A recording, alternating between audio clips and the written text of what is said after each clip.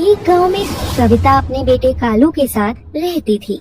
कालू खेती करता था, जिसमें उसकी माँ कविता भी सहायता करती थी। हर रोज की तरह कविता आज भी खेत पर कालू को रोटी देने जा रही थी। तभी उसे रास्ते में एक महिला मिली। अब तो बेटे की शादी कर लो, कब तक यूं काम करती रहोगी? हाँ, अब यही सोच रही हूँ कि कोई गांव की सीधी अनपढ़ लड़की मिल जाए। कालू भी तो अनपढ़ ही है, तो लड़की भी तो अनपढ़ ही मिलेगी। हाँ हाँ, मैं भी तो यही कहना चाह रही हूँ। अच्छा, अब मैं चलती हूँ, मिलते हैं फिर कभी।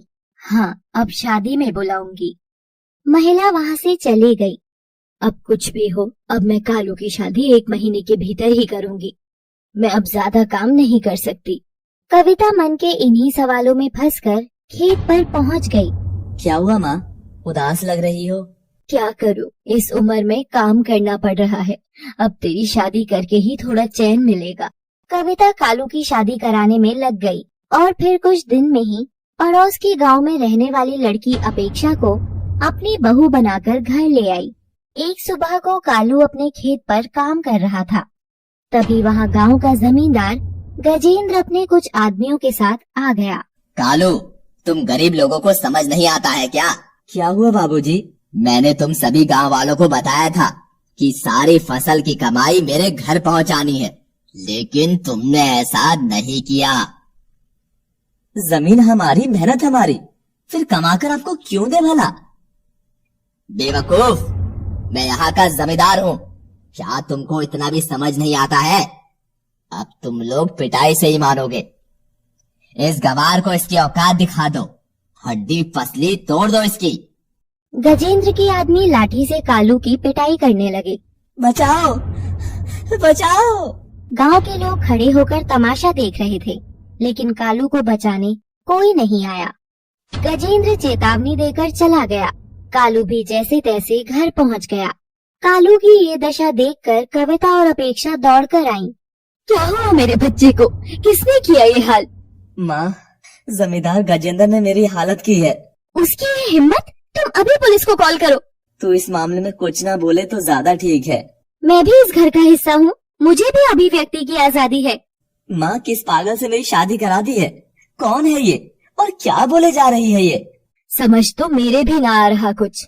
माँ, मैं कुछ अलग से नहीं बोल रही हूँ, लेकिन इंसाफ की बात कर रही हूँ। तू जानती भी है कि जमींदार कौन है? हाँ, वो एक गुंडा है और उसके लिए पुलिस बुलानी होगी।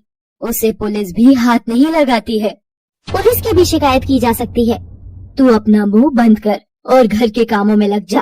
तू कलेक्टर नहीं है। और हाँ, आगे से बात याद रखना कि घर में सिर्फ काम करने तक ही खुद को सीमित रख।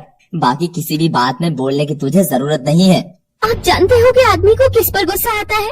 सिर्फ अपने से कमजोर पर गुस्सा आता है। अपेक्षा रोते हुए अंदर चली गई और सोचने लगी। अपेक्षा के माता पिता बैठकर बातें कर रहे हैं। अब जल्दी से अपेक्षा की शादी करनी होगी। क्यों भाई, इतनी भी क्या जल्दी है? अब ये बड़ी हो गई है, शादी तो करनी ही है। हाँ, एक बार शादी हो जाए तो हम भी गंगा जी नहाए। अपेक्षा भी वहाँ खड़ी होकर ये सब बात सुन रही थी। मुझे IAS बनना है, मैं अभी से शादी कैसे कर सकती हूँ? शादी के बाद पढ़ लेना। शादी के बाद कैसे पढ़ सकते हैं? लड़का अच्छा मिलेगा तो खूब पढ़ सकती है। माँ, ये सिर्फ कहने सुनने की बातें हैं, कोई नहीं पढ़ने देता। लड़का बंदर तो है नहीं जो तुम्हारी किताब फाड़ देगा।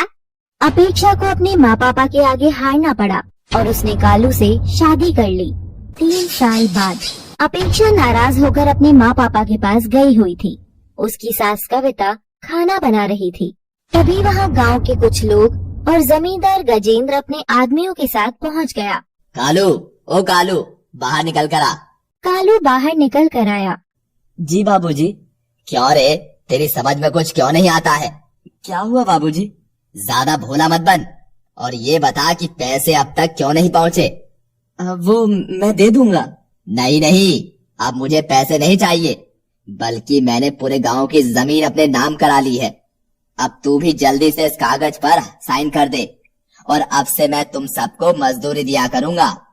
तभी वहाँ 3 सरकारी गाड़ी आकर रुकी, जिसमें बीच वाली गाड़ी पर जिलाधिकारी लिखा था। उसमें से एक महिला पुलिस के साथ निकली। वो महिला अपेक्षा ही थी। कालू और कविता ये देखकर चौंक गए। तुम्हारे काले कारनामों और पुलिस के साथ मिली भगत का काला चिट्ठा खुल गया है। जल्दी से ये पेपर फाड़कर खुद को पुलिस के हवाले कर दो, वरना अंजाम बुरा होगा। जमींदार सिर्फ गरीब लोगों पर ही रौब जमाता था। कलेक्टर को देखकर वो बहुत डर गया और उसने तुरंत खुद को पुलिस के हवाले कर दिया। मेरी बहू कलेक्टर है? जी माँ जी, मैं शादी से पहले यूपीएससी की परीक्षा में अपना इंटरव्यू दे चुकी थी और शादी के बाद पता चला कि मेरा सिलेक्शन हो गया है और मैं घर से गुस्से में मम्मी पापा के पास नहीं गई थी। मैं तो अपनी ट्रेनिंग के लिए गई थी। मैंने आपसे झूठ बोला, मुझे माफ कर दो।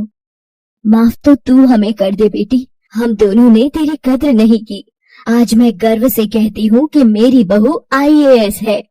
कविता और कालू को अपनी गलती का एहसास हुआ और उन्होंने आगे कभी ऐसा न करने का प्रण लिया। Thanks for